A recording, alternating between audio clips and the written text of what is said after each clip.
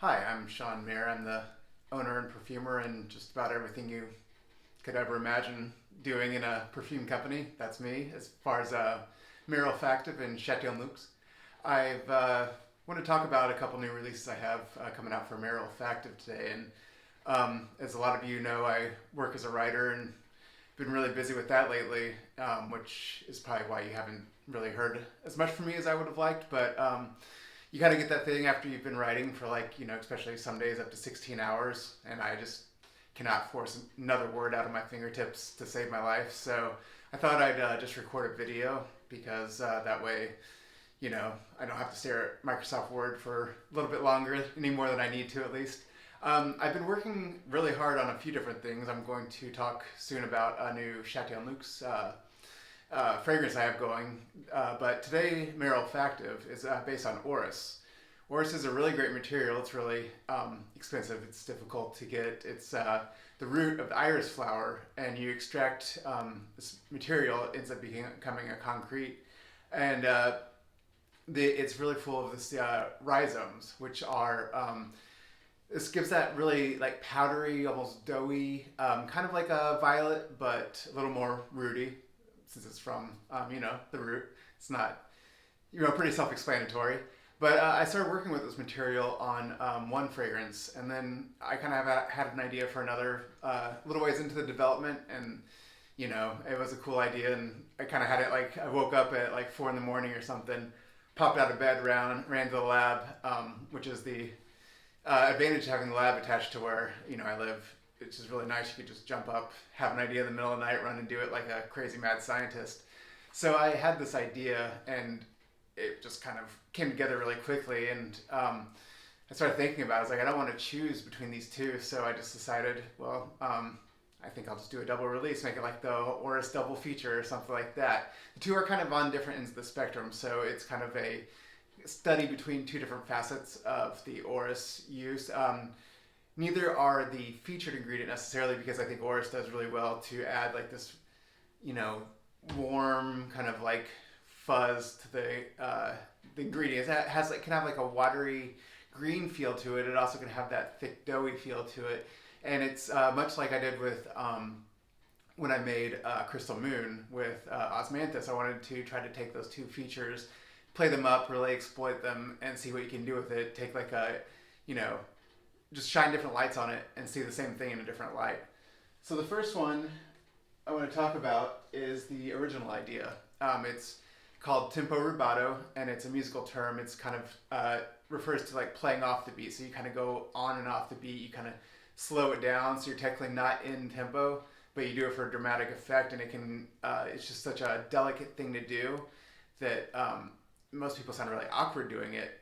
But a prime example is Billie Holiday, because Miles Davis even raved about her ability to do it, because it's so much like an important thing on jazz to do it for effect, and Miles Davis did it brilliantly as well. But what so it's like, I think really what makes it work for her, she has such that soulful voice, deep and raspy, and so full of, it felt like she was singing up from her toes and coming throughout her whole body. And and especially now with so much of what her work is so relevant today, that I think it's probably on my mind, and it made me think about not only her and her work and her messages, but also things from that era, something like something that would be like a Bandit or a Bandit, if you will, as I will probably inevitably say out loud anyways, because I just, that's what happens when you're an English speaker, I guess, and you see a word that you traditionally, in your brain have associated with bandit for your whole life.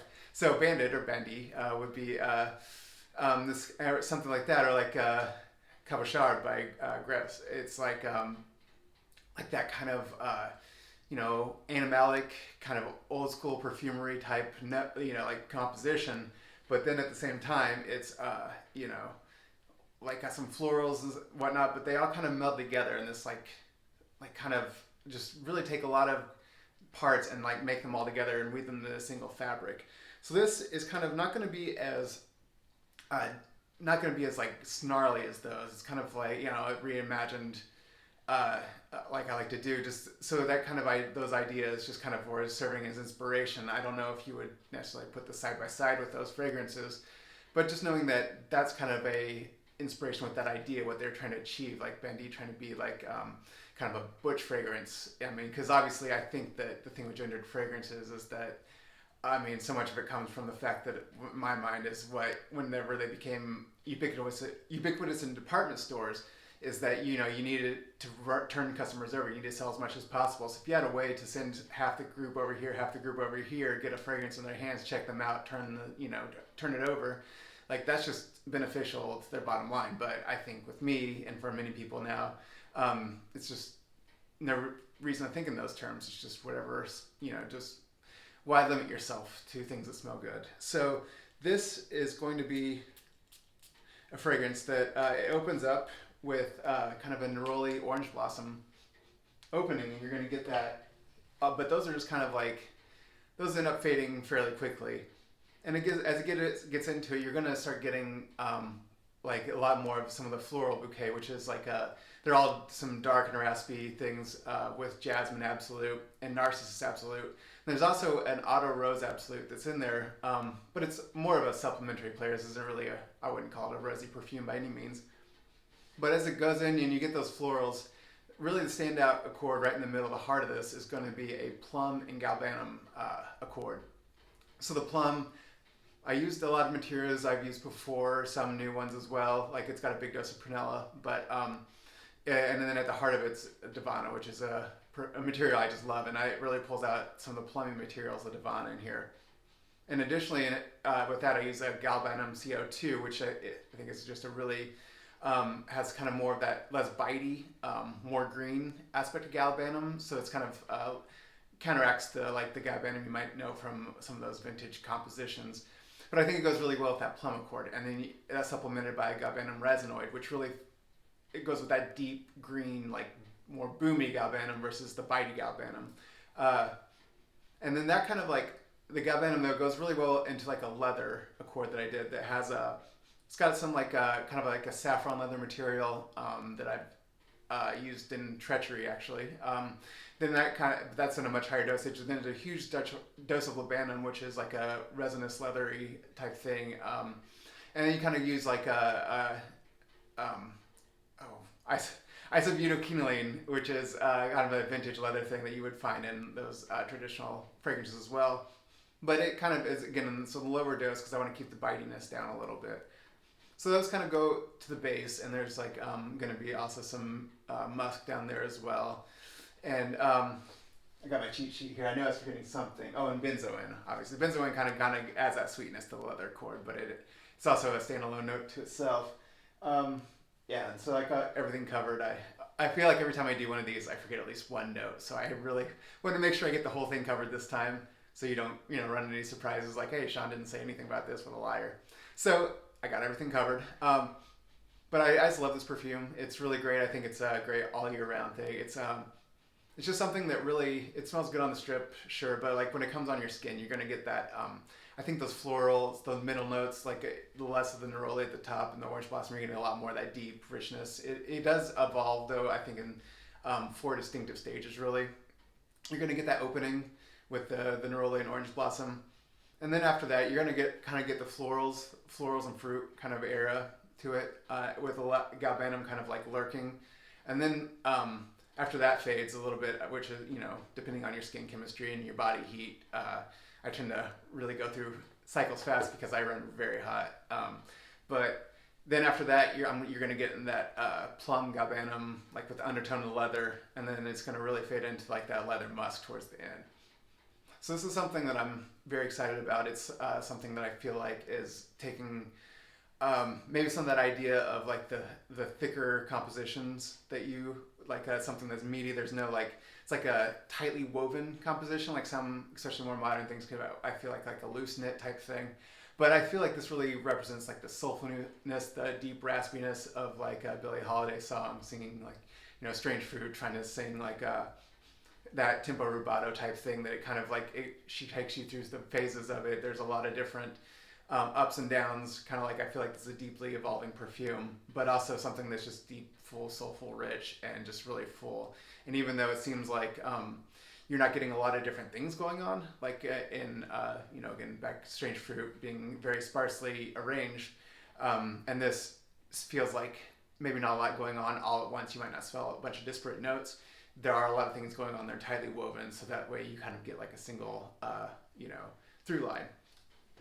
But then, while I was creating that, I started thinking about the green watery aspect, and I really love violet leaf, and I was thinking about that note, and I was thinking about also kind of like a pinyon pine that I had, which is kind of like a you know, southwestern pine that's got kind of more of like, kind of plays up more of those terpenes, the kind of almost citrus notes of pine. It doesn't have the deeper woody part as well, and also and like Cassie Absolute that I had, which is also kind of like a mimosa, and it's kind of that bright, that fresh floral, almost like a, you know, you might smell it in like a fresh floral composition, something that's green.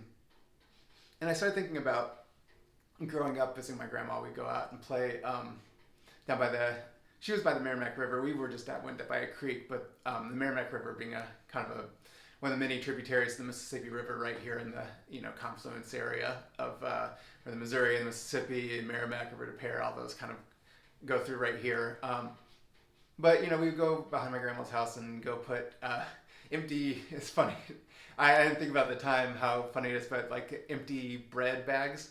Go put those on our shoes so we can get them ruined. Put rubber bags around our ankles and go out in the woods and just go down the creek back there and play. And just that watery green, fresh, you know, bright green undergrowth, that kind of Missouri thing where you get a lot of mossy things going on by the river. You're going to get like a lot of those watery green plants. A lot of kind of like leaf alcohol type things going on, which is that cis-3-hexanol. It's something that you might smell a lot in a grassy, deeper, rich scent. It's also kind of, you know, I use it like in that plum accord too, though. It's very versatile material. It's like good builder material, something that, you know, and something that you, if you smelled it like in isolation, you'd be like, I've smelled that a million times.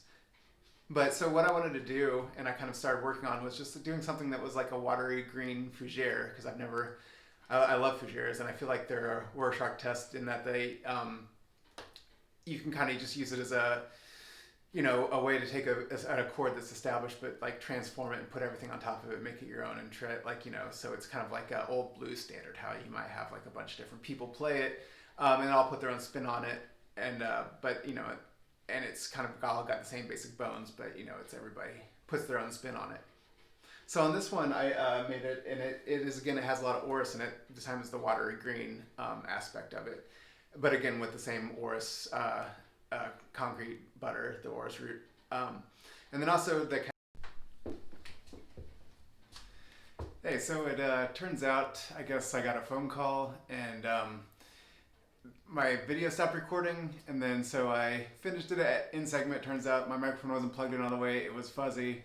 So I'm going to try this one more time to end this video, and let's pray like hell that we actually get this done. But so anyways, on if I remember correctly, I was talking about the Orris. I wanted to have something in Orris forest to kind of counteract those the watery green notes, something as a counterbalance to those. And I do think about whenever, you know, out playing those kind of the peppery flower kind of notes, the spicy flowers that you kind of get those in bushes, especially down by the river here in Missouri. And I wanted to kind of do something to replicate that. I added a black pepper note to this watery Orris forest fougere, and I thought that it added a nice counterpoint. I don't want to get too like crazy, like clovey, kind of like some of those can get. But I did want to have something, so I added a black pepper note, and I feel like that adds a little bit of spice, a little bit of weight, really kind of plays into the oak moss a little bit as well to help give it a little bit more teeth instead of letting it fall into that big green floral pine kind of green monster that's going on. So it's kind of a so it's a little watery, a little coniferous, kind of like that kind of terpenic citrus type conifer tree that I was talking about earlier. And so I think that that's going to be a nice kind of like, I wouldn't even call it fresh, but it does feel like very crisp and green, but also like watery. And then there's like that little musky, peppery undertone underneath that I think that you're gonna get some of that, and the herbal notes of the lavender in the middle. So I think it's a nice balance, like fresh but all seasons, but also like obviously more spring, summer, but something you could wear anytime, something that's versatile, something that you could dress up or dress down. So finally, yeah, I don't have a release date on these yet because I'm kind of obviously supply chain's nuts right now with everything that's going on, and so I want to make sure I can procure everything. Had a laptop die, so I have to get a new computer so I can make labels, yada yada yada. So basically, I don't want to give a date yet, but I do want to start talking about it. I want to try to find a way to do some advanced samples. That's how you say it, samples. I haven't got a plan for that yet. So I figure if I put it out there, then I have to do it. So I'm holding myself accountable by putting it on this video. So I will announce some plans. I will for advanced samples. I'll announce release dates. I'm hoping to get it by the end of the year, hopefully a lot sooner than that. I was thinking, end of November, early December, something like that. But I mean, it's all subject to change. And then finally, I haven't talked about it, I don't think, on a video, but since the last time I talked on a video, I managed to finally figure out, because I'm tech illiterate, how to automatically send a coupon for the purchase price of a sample set on Maher Olfactive, so that way you can get that. If you purchase a sample set, discovery set, you can get a full bottle and you get a discount for the amount you paid for the discovery set, $35 discovery set. So that was nothing short of a miracle on my part that I was able to figure that out. Anybody else could do it very easily. I just garbage with that kind of thing. So that's available now, and so I think that my fragrances are very unique. I think they have a lot of personality, and so it is kind of the thing. You probably want to find the right one that fits your personality. If it's a big personality, it's sometimes you want something that complements you a little bit more, or maybe you just want to try them all. And because I only buy my fragrances one at a time too. I don't go buy an entire house's line of perfumes. So I understand that, but so pick up a sample set. Reach out to me. Like, I'd love to talk about perfume. I'd love to talk about the making, the process. I try to be as open as possible. And and also finally, thanks for what is now, I guess, just shy of 6 months of being in operation, and considering opening a perfume line in the middle, at the beginning of a pandemic is not the best timing, but I think considering it's been very successful, I appreciate your support. I appreciate the support of so many people. I've got a lot of really great ideas, and I think these are going to be really great. So I'm very excited to share them with you. I really appreciate everything that everybody's done for me. And like I said, please just get in touch if you need anything. Try a sample set, and I'll keep following me on social media and my mailing list, which I will start actually updating very soon, I promise you. I will have all those stuff announced, the release date everywhere. It's not going to be a secret. I really want people to know when I release a new product. So follow me somewhere, and I'll let you know about it. And until the next time, I'm going to try like hell to do this more often, and we'll see, fingers crossed. But thanks for listening, and I'll talk to you later.